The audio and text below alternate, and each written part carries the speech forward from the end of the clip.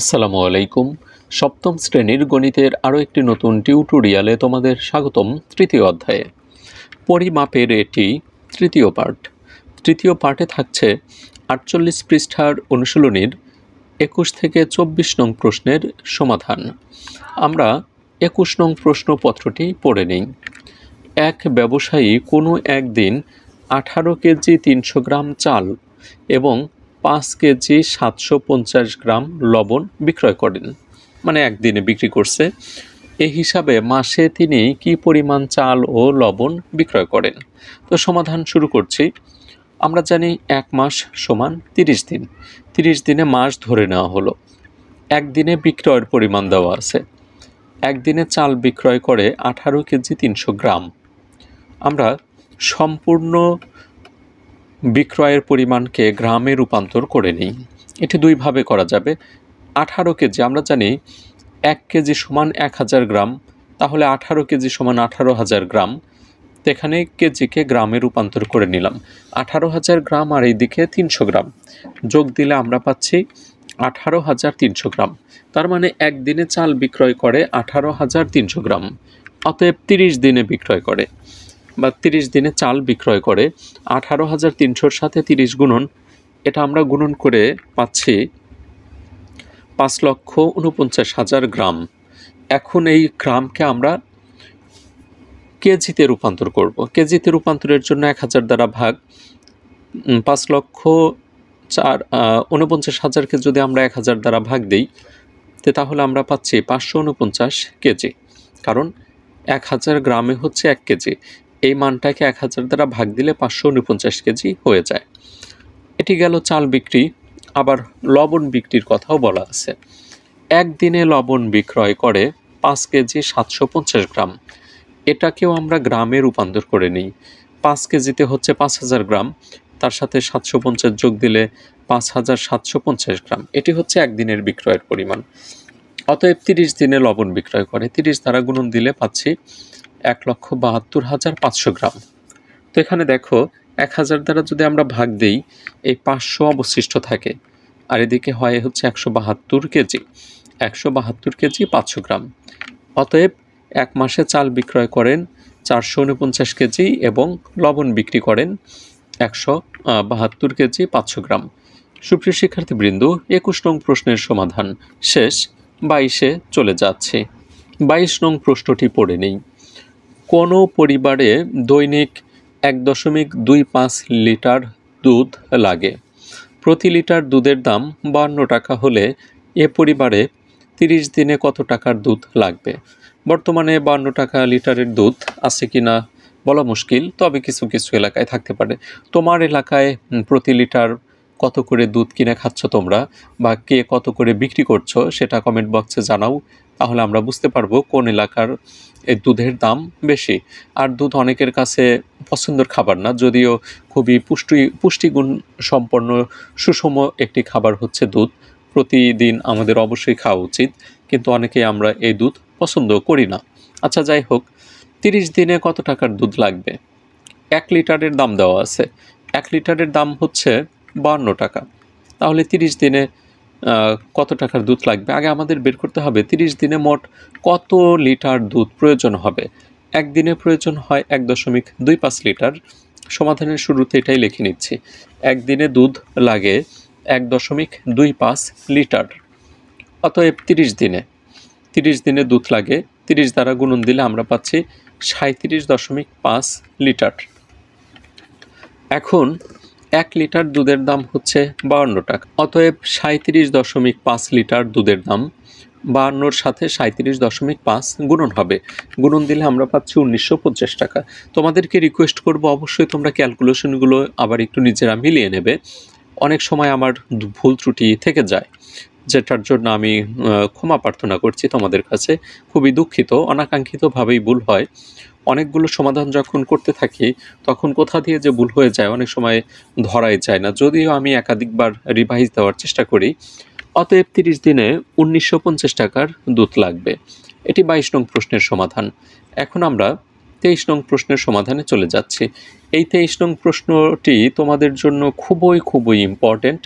সামনের যে কোনো পরীক্ষাতে তোমরা এই ধরনের অঙ্ক পেতে পারো সৃজনশীল আকারে। আমরা সামনের ক্লাসে সৃজনশীল প্রশ্নের সমাধানও করে নেব। একটি আয়তাকার বাগানের দৈর্ঘ্য ও প্রস্থ যথাক্রমে 60 মিটার 40 মিটার। দৈর্ঘ্য হচ্ছে 60 মিটার আর প্রস্থ 40 মিটার একটা বাগানের আয়তাকার বাগান। এর ভিতরে চতুর্দিকে 2 মিটার চওড়া রাস্তা আছে। রাস্তাটা আছে এই 60 মিটারের ভিতরে, 60 মিটারের বাইরে কিন্তু না, 60 এবং 40-এর ভিতরেই আছে। আচ্ছা, রাস্তাটির ক্ষেত্রফল নির্ণয় করতে হবে। এই ধরনের অঙ্ক খুবই ইম্পর্টেন্ট। আমি আবারও বলছি, কখনো এই বাগানের পরিবর্তে পুকুর থাকবে। পুকুর থাকলে বলবে হচ্ছে পাড়ের ক্ষেত্রফল নির্ণয় করো, বাগান থাকলে বলবে রাস্তার ক্ষেত্রফল নির্ণয় করো। কখনো বলবে যে রাস্তা পাকা করা হবে, কতগুলো ইট লাগবে বা কত টাকা খরচ হবে। এই ধরনের কোশ্চেন কিন্তু এখানে সৃজনশীলে আসতে পারে। তো আমরা রাস্তার ক্ষেত্রফল নির্ণয়ের জন্য মূলত এখানে 2টা ক্ষেত্রফল বের করতে হবে। একটা হচ্ছে রাস্তা সহ বাগানের ক্ষেত্রফল বের করতে হবে, আর একটা রাস্তা বাদে বাগানের ক্ষেত্রফল বের করতে হবে। তো সমাধান শুরু করি। দেওয়া আছে বাগানের দৈর্ঘ্য 60 মিটার, প্রস্থ 40 মিটার, আর রাস্তার বিস্তার মানে রাস্তাটুকু কতটুকু চওড়া সেটার মান হচ্ছে 2 মিটার। আমরা এখানে একটা আনুপাতিক চিত্র অঙ্কন করি। এটা একটা বাগান, আয়তাকার বাগান। এটার দৈর্ঘ্য হচ্ছে 60 মিটার, প্রস্থ হচ্ছে 40 মিটার। মূলত বাগান হচ্ছে এই বাইরেরটা। আর এখন এই যে ভিতরের দিকে আমরা একটা রাস্তা দেখতে পাচ্ছি, এইদিকে এই রাস্তার বিস্তার হচ্ছে 2 মিটার। এখন বাকি সমাধান করে নিই। অতএব বাগানের ক্ষেত্রফলের সূত্র হচ্ছে দৈর্ঘ্য গুণন প্রস্থ। দৈর্ঘ্য 60, প্রস্থ হচ্ছে 40, গুণন দিলে আমরা পাচ্ছি 2400 বর্গমিটার। এই যে 2400 বর্গমিটার বের হলো, এটা কিন্তু রাস্তা সহ ক্ষেত্রফল। এখন রাস্তা বাদে এই যে ভিতরের অংশটুকুর ক্ষেত্রফল আমরা বের করব। এই চতুর্দিকে 2 মিটার চওড়া এটা হচ্ছে রাস্তা। তাহলে রাস্তা বাদ দিলে দৈর্ঘ্য কত হবে আমরা এখানে লিখে নিচ্ছি। এখন রাস্তা বাদে বাগানের দৈর্ঘ্য 60 বিয়োগ 2 গুণন 2। 2 মিটার হচ্ছে চওড়া, 2 মিটার বাদ যাবে, কিন্তু 2 গুণন 2 কিভাবে আসলো? দেখো দৈর্ঘ্য কোন পর্যন্ত, এখান থেকে এই পর্যন্ত দৈর্ঘ্য। নিচের দিকেও যদি আমরা দেখি এখান থেকে এই পর্যন্ত দৈর্ঘ্য। এখন 2 মিটার বাদ যাচ্ছে, দৈর্ঘ্য কয় মিটার বাদ যাচ্ছে? রাস্তার 2 মিটার বাদ যাচ্ছে। তাহলে এখান থেকে এই পর্যন্ত বাদ যায়, একদিকে বাদ গেল। তাহলে এদিকেও তো এখান থেকে এই পর্যন্ত বাদ দিতে হবে। যখন আমরা পাড়ের ক্ষেত্রফল বা রাস্তার ক্ষেত্রফল বের করব, তখন রাস্তা সহ বা রাস্তা বাদে এই দৈর্ঘ্য প্রস্থ বের করার সময় 2 দিক থেকে দৈর্ঘ্য প্রস্থ যোগ বা বিয়োগ হবে। কিভাবে সেটা আমি আবার চিত্রের সাহায্যে দেখানোর চেষ্টা করি। দেখো, আগে দৈর্ঘ্য ছিল এই পর্যন্ত, এইখান থেকে এই পর্যন্ত দৈর্ঘ্য ছিল। এখন 2 মিটার বাদ যাচ্ছে। 2 মিটার বাদ গেলে কয় পাশ থেকে বাদ যাবে? দৈর্ঘ্য এই পাশ থেকেও 2 বাদ যাবে, এই পাশ থেকেও 2 বাদ যাবে। এজন্য এখানে 2 গুণন 2 লেখা হয়েছে। যদি 3 মিটার করে বাদ যাইত তাহলে লিখতাম 3 গুণন 2। যদি 4 মিটার বাদ যাইত তাহলে লিখতাম 4 গুণন 2 মিটার। তো এখানে 2 দুগুণে 4 হয়। 60 থেকে 4 বাদ দিলে থাকে হচ্ছে 56 মিটার। একইভাবে আমরা প্রস্থটাও বের করি। প্রস্থও 2 দিক থেকে বাদ যাবে। এই যে এদিকে 2 মিটার আর এদিকে 2 মিটার বাদ গেল। 40 থেকে 2 গুণন 2 4 মিটার বাদ দিলে 36 মিটার। আমরা রাস্তা বাদে বাগানের দৈর্ঘ্য এবং প্রস্থ পেলাম। অতএব ক্ষেত্রফল, রাস্তা বাদে বাগানের ক্ষেত্রফল 56 গুণন 36 গুণন দিলে আমরা পাচ্ছি 2016 বর্গমিটার। অতএব পরের পৃষ্ঠাতে আমরা বের করতেছি রাস্তার ক্ষেত্রফল। রাস্তা সহ ক্ষেত্রফল থেকে রাস্তা বাদে ক্ষেত্রফলটা বিয়োগ করতে হবে। 2400 থেকে 2016 বাদ দিলে থাকে 384 বর্গমিটার। এটিই রাস্তার ক্ষেত্রফল। এখন আমরা 24-এর সমাধান দেখে নেব। 24 নং প্রশ্নটি পড়ে নিই। একটি ঘরের দৈর্ঘ্য প্রস্থের 3 গুণ। এই অঙ্কটাও তোমাদের জন্য খুবই ইম্পর্টেন্ট। একটি ঘরের দৈর্ঘ্য প্রস্থের 3 গুণ। তাহলে প্রস্থটা যদি বের করতে পারি বা দেওয়া থাকে, দৈর্ঘ্যর সাথে 3 গুণন দিলেই, দৈর্ঘ্য বের করার জন্য প্রস্থের সাথে 3 গুণন দিলেই হয়ে যাবে। প্রতি বর্গমিটারে 7.50 টাকা দরে ঘরের মেঝে কার্পেট দিয়ে মুড়তে মোট 1102.50 টাকা ব্যয় হয় প্রতি বর্গমিটারে। বর্গমিটার মানে ক্ষেত্রফলের মান, অর্থাৎ একটা ঘরের মেঝে কার্পেট দিয়ে মোড়ানো হবে, সেই কার্পেট দিয়ে মোড়াতে প্রতি বর্গমিটারে অর্থাৎ 1 বর্গমিটারে খরচ হয় 7.50 টাকা। এইভাবে মোট খরচ হয়েছে 1102.50 টাকা। ঘরটির দৈর্ঘ্য এবং প্রস্থ নির্ণয় করো। তো আমরা সমাধান শুরু করছি। প্রথমে 7.50 টাকা ব্যয় হয় 1 বর্গমিটারে।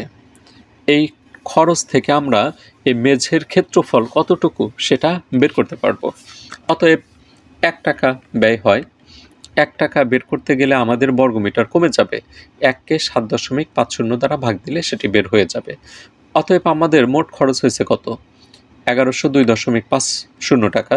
অতএব 1102.50 টাকা ব্যয় হয়। এই 1-এর সাথে এটা যা গুণন হইল। তোমরা অবশ্যই উপরে নিচে ভাগ চিহ্ন দিবা। উপরে নিচে ভাগ চিহ্ন দেওয়া এখানে একটু কঠিন, এজন্য আমি এই এক লাইনে লেখার চেষ্টা করেছি। তোমাদেরকে আমি ক্লিয়ার করে দেওয়ার বুঝিয়ে দেওয়ার চেষ্টা করছি। 1-এর সাথে 1 টাকা যেখানে ব্যয় হয়েছে সেখানে বর্গমিটার কম থাকবে, 1102.50 বর্গমিটার বেড়ে যাবে, এর জন্য গুণন হয়েছে। গুণন বলতে উপরে গুণন, 1-এর সাথে গুণন। 1-এর সাথে 1102.50 গুণন দিয়ে 7.50 দ্বারা ভাগ দিলে আমরা পাচ্ছি 147 বর্গমিটার। তার মানে ওই মেঝের ক্ষেত্রফল হচ্ছে 147 বর্গমিটার। এখন এই 147 আমরা ক্ষেত্রফল পেয়ে গেলাম। এদিকে দৈর্ঘ্য এবং প্রস্থর মধ্যে একটা সম্পর্ক আছে, সেখান থেকে আমরা প্রস্থটা ধরে নিই। মনে করি আয়তাকার মেঝের প্রস্থ ক মিটার। অতএব দৈর্ঘ্য হচ্ছে 3 গুণ, তার মানে 3 ক মিটার। অতএব ক্ষেত্রফল 3 ক গুণন ক, অর্থাৎ দৈর্ঘ্য গুণন প্রস্থ। 3 ক এবং ক গুণন দিলে আমরা পাই 3 ক স্কোয়ার বর্গমিটার। এটা আয়তাকার মেঝের ক্ষেত্রফল। 147 আবার ওই মেঝেরই ক্ষেত্রফল।